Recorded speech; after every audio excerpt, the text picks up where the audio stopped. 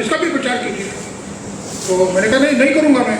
तो बोले ये भी तो परम सद्गुरु ने बताया हुआ है, परम सद्गुरु ने अग्निहोत्र बताया, उन्होंने ये भी बताया। तो मैंने कहा नहीं ऐसा है, मैं इसको नहीं करूँगा, मैं केवल अग्निहोत्र का प्रचार करूँगा। तो उनको मना कर दिया। तो वो नाराज हो गए मुझसे बहुत, तो मुझे बुरा भला कहने लगे। तो वो भी परम सद्गुरु के अनुयायी थे। तो मुझे ऐसा लगा कि कहीं मैंने कोई गलती तो नहीं कर दी। तो अगले दिन सवेरे में उनके पास पहुँचा, उनसे कहा कि कल वो सज्जन आए थे, तो वो कह रहे थे एकदम भला भला का प्रचार करो। तो मैंने तो उनको मना कर दिया। तो वो हंसे, उन्होंने कहा ऐसा है कि जो कुछ भी धर्म है, वेद धर्म क्या है, जो कुछ भी धर्म है वो धर्म पाठ के अंदर बताया हुआ है, उससे बाहर धर्म कुछ नहीं है, उससे बाहर जो कुछ भी है वो धर्म नहीं है। तो तुम मुझसे कह सकते हो कि मैं धर्म का आचरण करता हूँ और इस किताब में जो धर्म बताया उसके बाहर कोई धर्म नहीं है, तो आपकी चीज़ उसके बाहर की है, इसलिए मैं उसका आचरण नहीं करूँगा। और पूछेंगे क्यों नहीं करूँगा, तो आप कहिए कि वो फॉरेन मैटर है।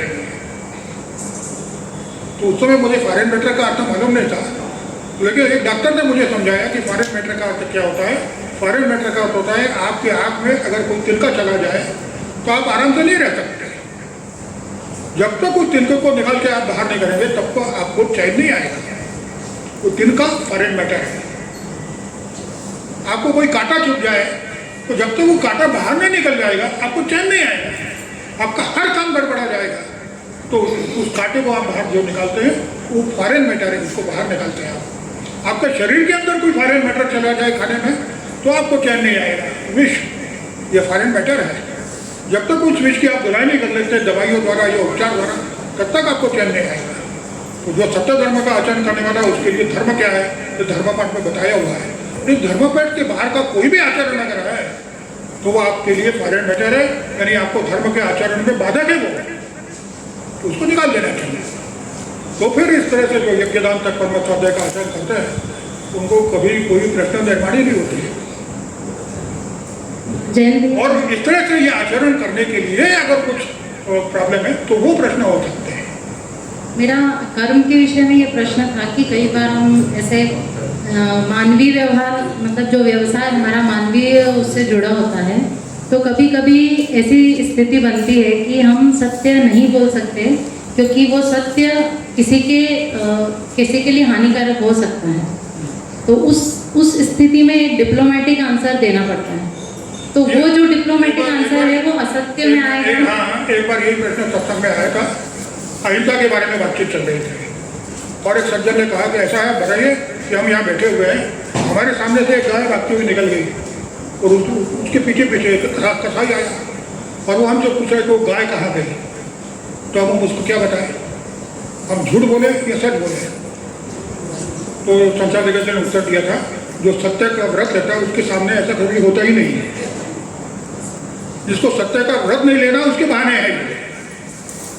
जिसने सत्य का व्रत लिया हुआ है ना उसके सामने ऐसा प्रसंग कभी आएगा ही नहीं कि उसको इस तरह से सोचना पड़े कि मैं क्या करूँ। ये तो कल्पना विलास है ये सब। ओके, तो ये प्रश्न का स्वाध्याय का अर्थ समझ में आया। अगला प्रश्न है भैया कर्म को कैसे पूर्णतः जीवन में उतारा जा सकता है, ये भी हो ही गया इसका समाधान। भैया कर्म से संबंधित प्रश्न है। कर्म से संबंधित वेद विहित कर्म क्या है और वेद निषिद्ध कर्म क्या है। वेद विहित कर्म क्या है और वेद निषिद्ध कर्म क्या है, ये प्रश्न है। ये तो बता रहा हूँ मैं, सत्य बोलना ये वेद विहित कर्म है और असत्य बोलना इसको उल्टा जो है वो वेद निषिद्ध कर्म है। अस्तेय का यानी चोरी न करना ये वेद विहित कर्म है, चोरी करना ये वेद निषिद्ध कर्म है। ये तो कर्म के बारे में बता गए हुए हैं। तो ये प्रश्न हो गया। अगला प्रश्न है कि धर्मपाठ या सुख की खोज पुस्तक में एक जगह जो उनका प्रश्न है जो अहमदनगर वाले थे कि श्री साहब जी ने कहा था कि 10 फरलांग कोई घसीट कर आपको ले जाना चाहते हो तो 1000 फरलांग तक घसीटे जाने की तैयारी रखनी चाहिए। ऐसा किस कारण से लिखा होगा, उनकी सोच क्या रही होगी। ये राकेश जोगी का प्रश्न है कोटा के। तो यहाँ पे भी फिर वही एक काल्पनिक प्रश्न है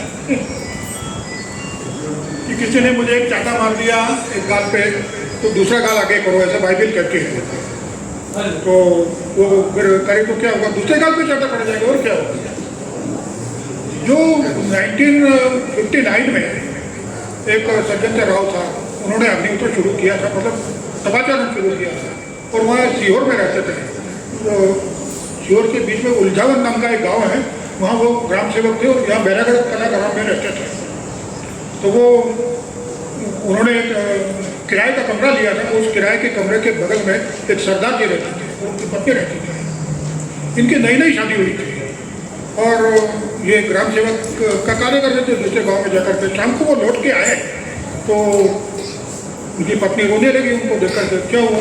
तो वो सरदार जी की पत्नी ने उसकी पिटाई कर दी थी किसी बात के ऊपर, घर के सामने कचरा डालने के बाद में। तो वो तगड़ी थी और ये थी दुबली पतली, तो उन्होंने खूब अच्छी कुटाई कर दी थी। तो वापस आने के बाद उनको जब ये पता चला तो वो उससे बात करने गए, उस सरदार की पत्नी से, सरदार जी से। तो वो आई, उसने आकर के फिर उसका हाथ पकड़ा, तो उन्होंने उसका हाथ पकड़ के उसको अलग किया। तो वो चिल्लाने लगी और सरदार जी से बोली कि इसने मेरा हाथ पकड़ा। वो सरदार जी आए और फिर जम के इसको पिटा राव साहब को। कुछ नहीं किया उन्होंने। दूसरे दिन इन्होंने कोई हाथ नहीं उठाया उसके ऊपर। सरदार जी को कुछ कहा, मार खा दी उन्होंने चुपचाप। अगले दिन जो साहब से मिलने आया, उन्होंने कहा कि कल ऐसा ऐसा वो उन्होंने बहुत मारा। साहब ने पूछा तुमने क्या किया? उन्होंने कहा मैंने कुछ नहीं किया। बोले फिर तुमने धर्म का आचरण किया है, कोई चिंता की बात नहीं। वो वापस चले गए। दूसरे दिन सवेरे ही वो सरदार आया, उनके पैर पड़ा, क्षमा मांगी, मुझसे गलती हो गई, और फिर वो अच्छे मित्र बन गए। अगर ये राव साहब उसका विरोध करते और उसको मारते तो या तो उनको वो मकान छोड़ना पड़ता और वो हमेशा की दुश्मनी पाल लेते हैं। तो अहिंसा का तो ये है ही कि अगर आप अहिंसा, लेकिन चाहे पे भी ये एक बात है, उनका व्रत था अहिंसा, इसलिए उन्होंने हाथ नहीं उठाया। तो अहिंसा का व्रत अगर आप लेते हैं और कभी ऐसी घटना होती है तो उससे कोई नुकसान नहीं होता है। आपने अहिंसा का व्रत लिया हुआ है, किसी ने आपके एक गाल पे, बाएं गाल पे थप्पड़ मारा है, आप आराम से जाएगा उसके आगे के लिए कि इस पर भी मार दो, तो यकीन मानिए वो नहीं मारेगा उसके ऊपर। ऐसा हुआ है क्योंकि उसने कभी देखा ही नहीं एक आदमी कि जिसको मैंने थप्पड़ मारा वो तो उठ करके 10 थप्पड़ मारने को सामने आएगा और ये कहता है मेरे दाएं गाल पे मारा है, बाएं पे मारा है, तो वो नहीं मारेगा, तो झगड़ा वहीं शांत हो जाएगा। अहिंसा ये शांति की जनक है। अगर जगत में शांति चाहते हैं, झगड़े झंझट दंगे एक दूसरे के खिलाफ वैमनस्य अगर ये खत्म करना है तो उसको उपाय शांति है। थोड़ी सी आपको मानसिक उद्विग्नता हो सकती है क्षण भर के लिए, क्योंकि बिना किसी अपराध के, बिना किसी इसके आपको मतलब मार खाना पड़ेगी, जो शब्द सुनने पड़े। लेकिन ये कितना कितना मामूली सी नीति का वचन है कि गावत गाड़ी आवत गाड़ी एक है, उल्टा कोई अनेक। अगर आप कोई एक गाड़ी आती है और आपको गाड़ी कोई अपने आपको गाली देता है और आप उसको सुन लेते हो, चुप हो जाते हो, तो खत्म हो जाता है मामला। आप उसको पलट के गालियाँ देती हैं तो फिर 50 गालियाँ सुननी पड़ती हैं, तो फिर वो एक वैमनस्य मतलब वो बढ़ता ही चला जाता है। अब मान लो आपने आग में घी और डाला हो, तो इसलिए अगर आपको शांति स्थापन करते हैं, अपने को सुख से जीना चाहते हैं, तो अहिंसा, और आपने इसके लिए अहिंसा का व्रत लिया हुआ है, तो आपको ऐसी स्थिति आने वाली नहीं है। और आई भी तो उसमें ये आपकी परीक्षा है कि आप अहिंसा के कितना पुजारी हैं।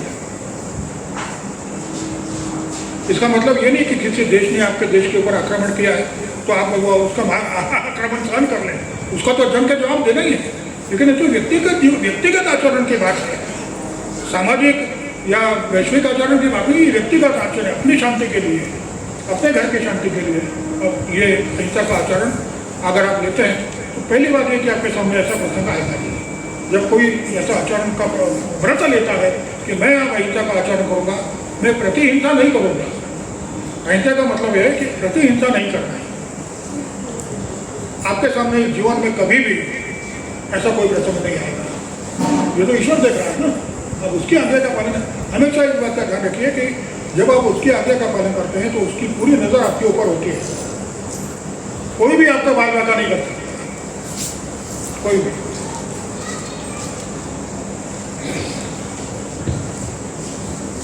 अब मैं थोड़े शब्दों में बताऊंगा क्योंकि अब 15-14 मिनट बचे, 14-15 मिनट बचे अगले वर्षों के। तो परम सदगुरु पुस्तक में उल्लेख है कि श्री जी को भगवान परशुराम जी ने अति मानुषी मार्ग से यात्रा करवाई थी।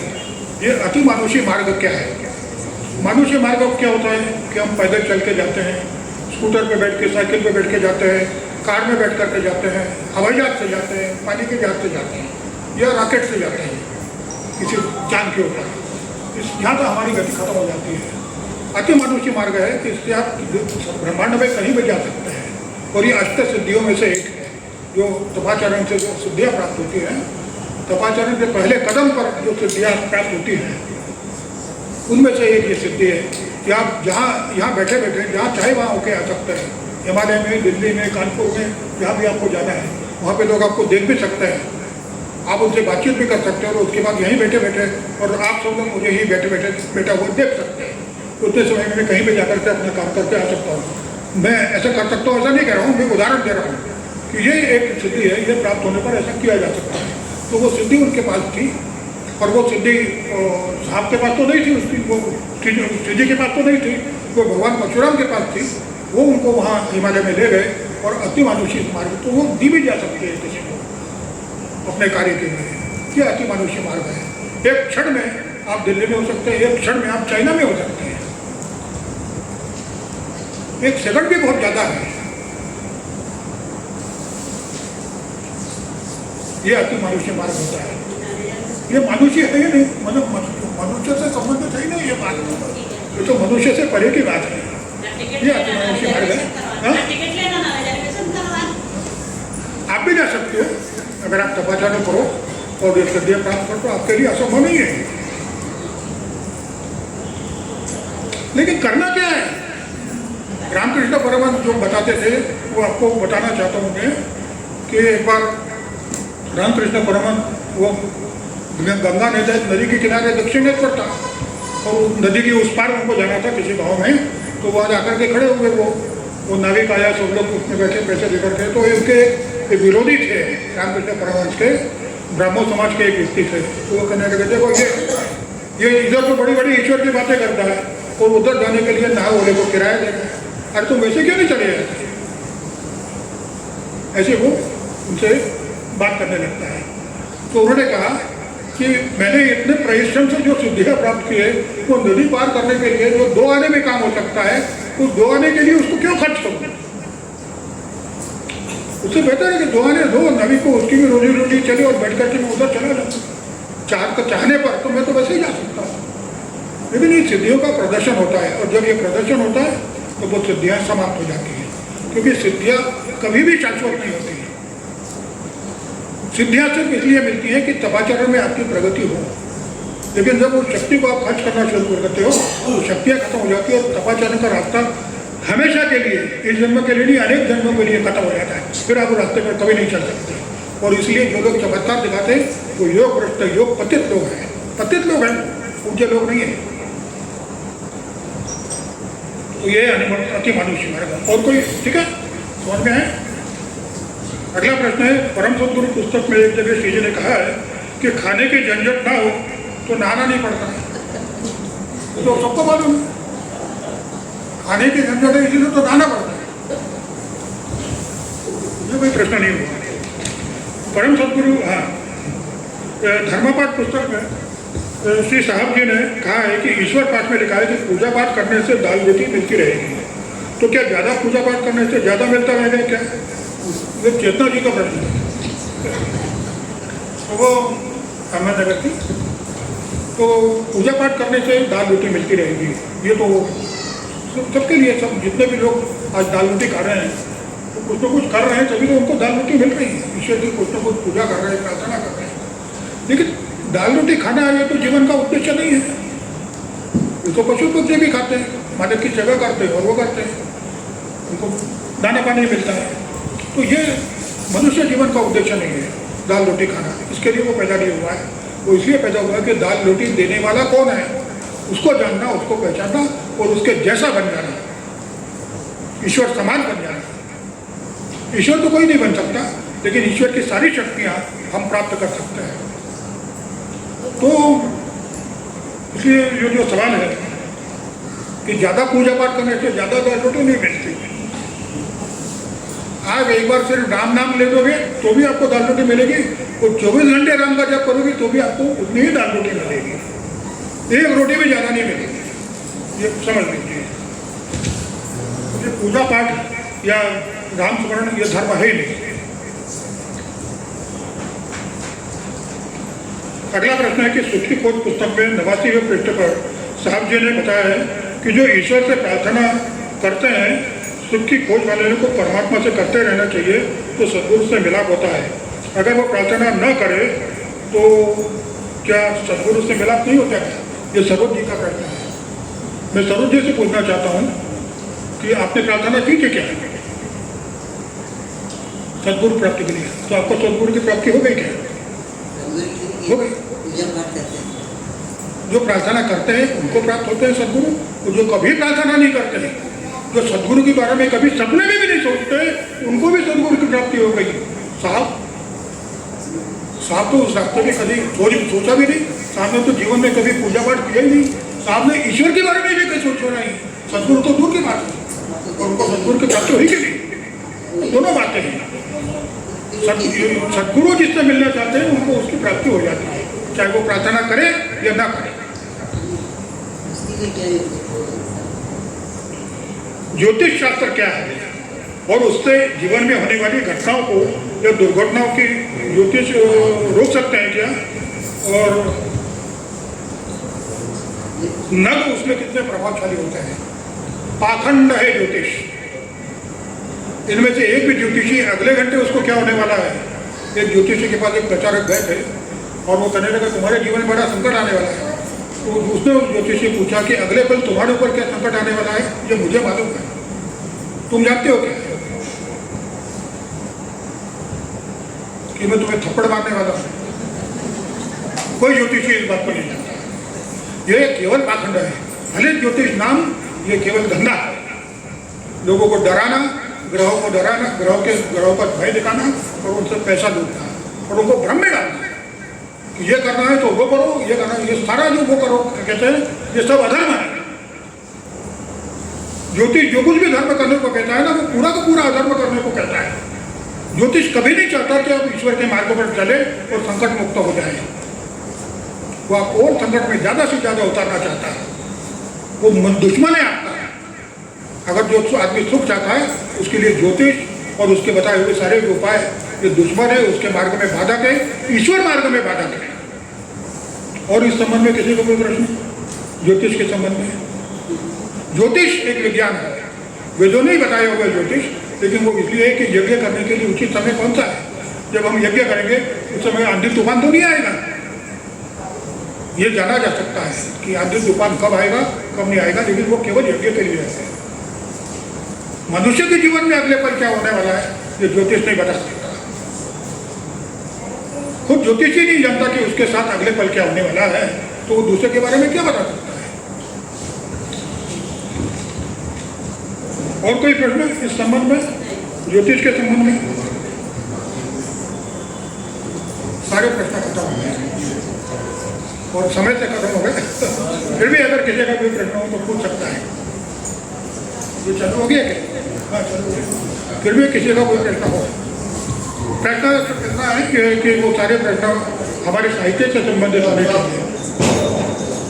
किस संत महात्मा ने क्या कहा और किस ग्रंथ में क्या लिखा ये मैं नहीं जानता, लेकिन मैं क्या कह रहा हूँ ये मैं अच्छी तरह जानता हूँ। एक और आया भैया, एक क्वेश्चन